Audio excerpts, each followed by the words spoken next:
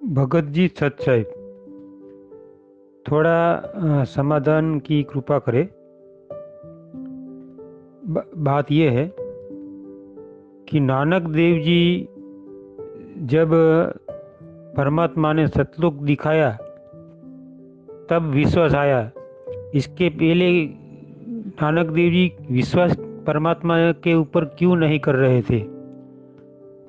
और जब परमात्मा नहीं मिला, इसके पहले ब्रह्मा विष्णु की महेश की भक्ति करता था।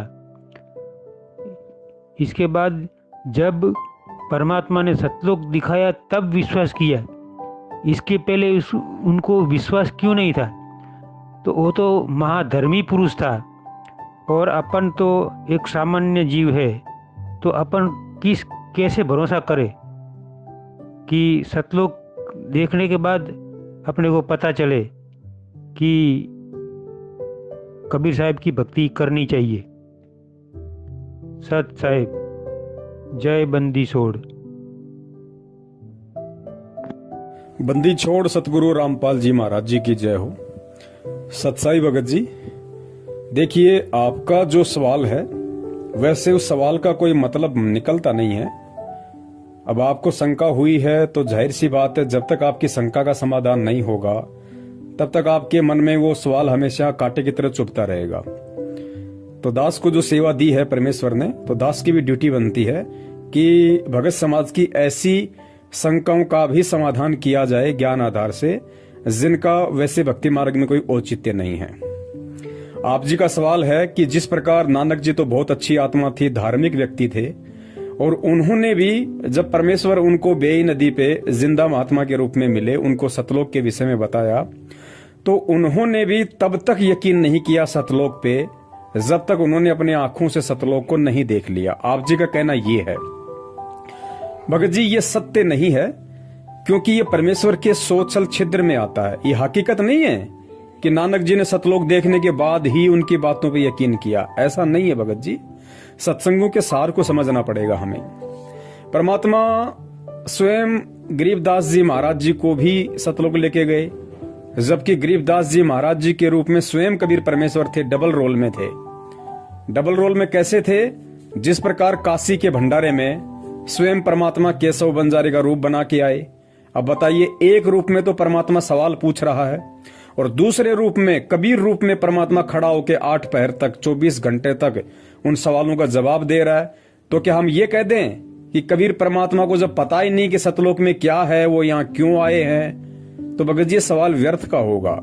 क्योंकि केशव बंजारे के रूप में खुद कबीर परमेश्वर थे, उसके बाद भी वो सोचल छिद्र करते हुए, अपने आप को छुपाते हुए, इसी पृथ्वी का एक प्राणी बताते हुए और परमात्मा से सतलोक के विषय में सवाल कर रहा है, जिसने स्वयं सतलोक की रचना की।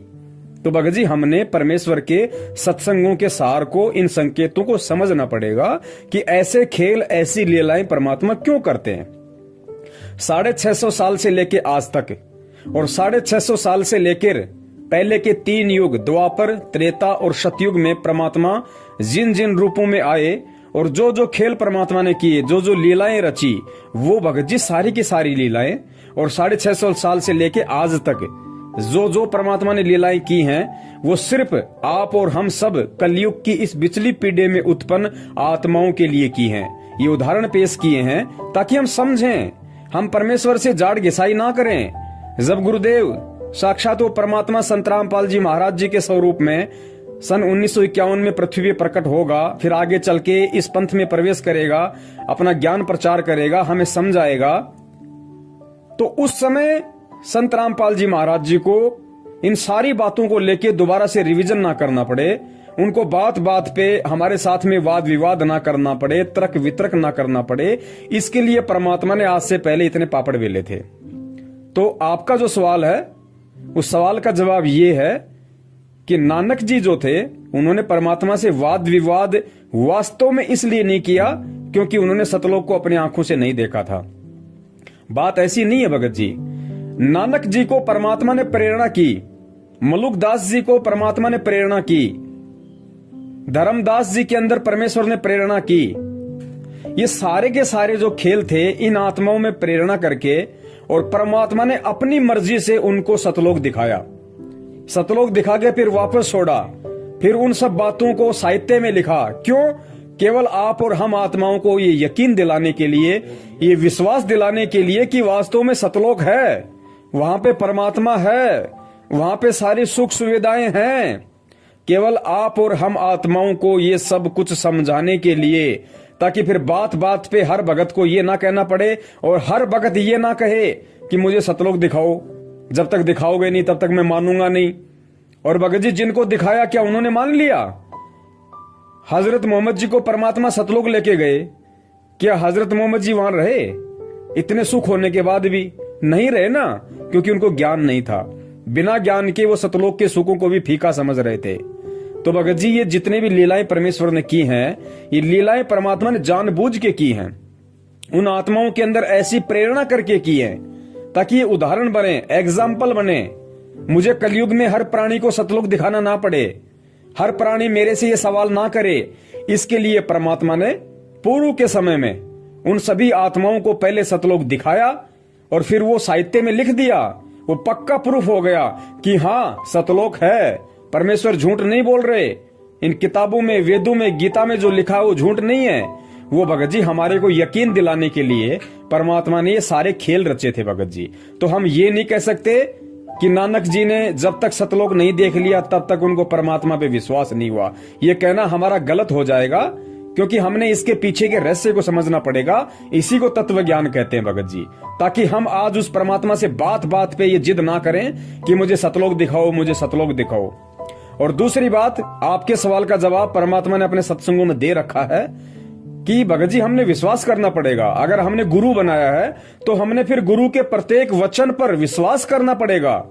जिस प्रकार गुरुदेव ने बताया कि एक पिता अपनी बेटी का रिश्ता तय करके आता है और घर आके बताता है कि भाई लड़का 6 फुट का है, लड़का गोरा चिट्टा है, लड़का ये नौकरी करता है, इतनी जमीन है, इतने सारा सब कुछ है, तो वो घर पे आके बताता है। तो गुरुजी ने बताया जो समझदार जो लड़की होती है वो अपने पिता से वाद विवाद नहीं करती कि नहीं जी मुझे तो दिखा के लाओ पहले, पता नहीं आप कह रहे हो सच है झूठ है भी या नहीं है, आपने रिश्ता तय भी किया कि नहीं किया, आप झूठ बोल रहे हो सच बोल रहे हो, मुझे तो दिखा के लाओ लड़का और उसका घर दिखा के लाओ। तो ऐसी बातें वो लड़की करेगी जिसके पास में अच्छे संस्कार नहीं है और जो लड़की कुचरित्र की है या जो मंद बुद्धि है, जो अज्ञानी है। वरना जो समझदार बच्ची होगी उसको अपने बाप के ऊपर यकीन होगा कि बाप कभी अपनी बेटी का बुरा नहीं चाहेगा, उसके भविष्य को अंधकार में नहीं धकेलेगा किसी ऐसे घर में उसका रिश्ता तय करके। तो बाप जो बोल रहा है वो बिल्कुल सत्य है, ये उस लड़की को यकीन करना पड़ेगा अगर वो समझदार है तो भगत जी हमने भी उस लड़की की तरह एक समझदार शिष्य बनना है, एक समझदार भगत बनना है और हमने अपने गुरुदेव पे, अपने बाप पे ये विश्वास करना पड़ेगा कि हमारे बाप ने जो कह दिया वो बिल्कुल सत्य है। और बाप ने खाली कह नहीं दिया, बाप ने इतिहास में लिखा हुआ भी दिखा दिया, वेदों में, गीता जी में लिखा हुआ भी दिखा दिया और बाप ने प्रैक्टिकल में भी दिखा दिया उन आत्माओं को निमित्त बना के पहले के समय में। और वो आत्माएं चीख चीख के अपने ग्रंथ बना के चली गई कि हाँ सतलोक है। गरीबदास जी महाराज जी ने कहा कि हम देखा सो सांच है और सकल परपंच। नानक जी ने गुरु ग्रंथ साहब लिख दिया सतलोक में कैसे नर नारी हैं, कैसा वहां का व्यवहार है, कैसा वहां का वातावरण है, क्या सुख है, सारी बातें तो लिखी हुई है। अब आज हम कहें कि साहब जब तक हम नहीं देख लेंगे हमें विश्वास कैसे हो, तो भाई ये तो फिर आपकी अपनी मर्जी है, इसमें किसी के साथ कोई जबरदस्ती नहीं है। जिसको ये भक्ति ज्ञान समझ में आएगा वही टिक पाएगा, अन्यथा सतलोक देखने के चक्कर में भाई लगे रहो। सत साहेब जय हो बंदी छोड़ की।